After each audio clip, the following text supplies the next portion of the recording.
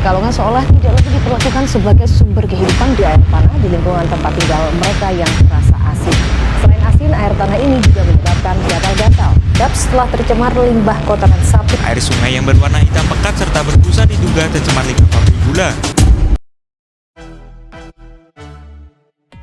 Indonesia merupakan salah satu negara industri jika dilihat dari proporsi ekonominya. Pada tahun 2017, Kementerian Perindustrian Republik Indonesia menyatakan bahwa sektor industri merupakan kontributor terbesar bagi perekonomian nasional.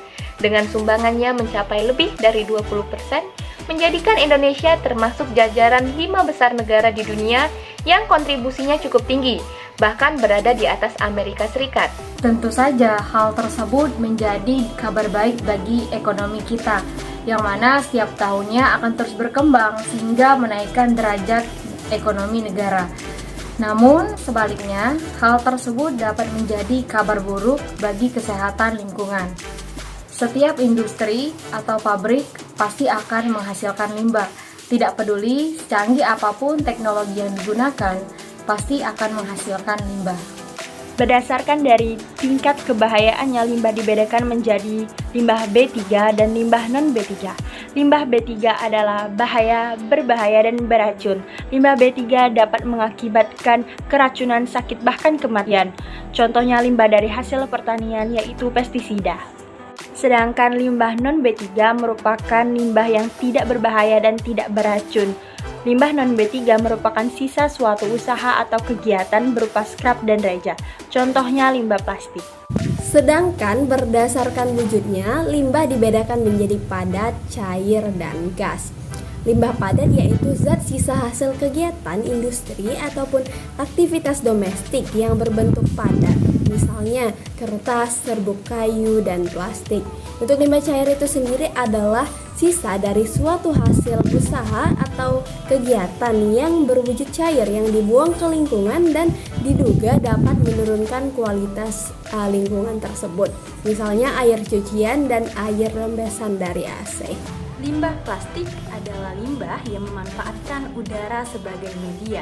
Secara alami, udara mengandung unsur-unsur kimia seperti oksigen, nitrogen dioksida, karbon dioksida, hidrogen, dan lain-lain.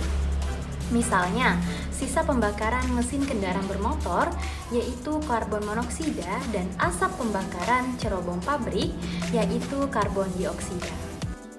Dampak yang diberikan limbah kepada lingkungan dapat menyebabkan pencemaran lingkungan. Jika hal ini meluas dan terjadi dalam jangka panjang, maka bisa menyebabkan kerusakan serius pada ekosistem. Gas-gas beracun yang dilepaskan oleh pabrik ke udara dapat meningkatkan resiko seseorang untuk menderita berbagai penyakit, seperti penyakit pernafasan kronis, penyakit jantung, kanker paru-paru, dan berbagai penyakit lainnya. Sehingga pengolahan limbah menjadi kunci penting dari ini semua. Usaha yang dapat dilakukan dalam mengurangi pencemaran limbah adalah memperhatikan AMDAL pada saat sebelum proses pembuatan pabrik industri, membuat kanal pembuangan limbah yang aman, membuat penyaringan dan daur ulang limbah, dan yang terakhir, melokalisir semua limbah industri sehingga jauh dari aktivitas masyarakat.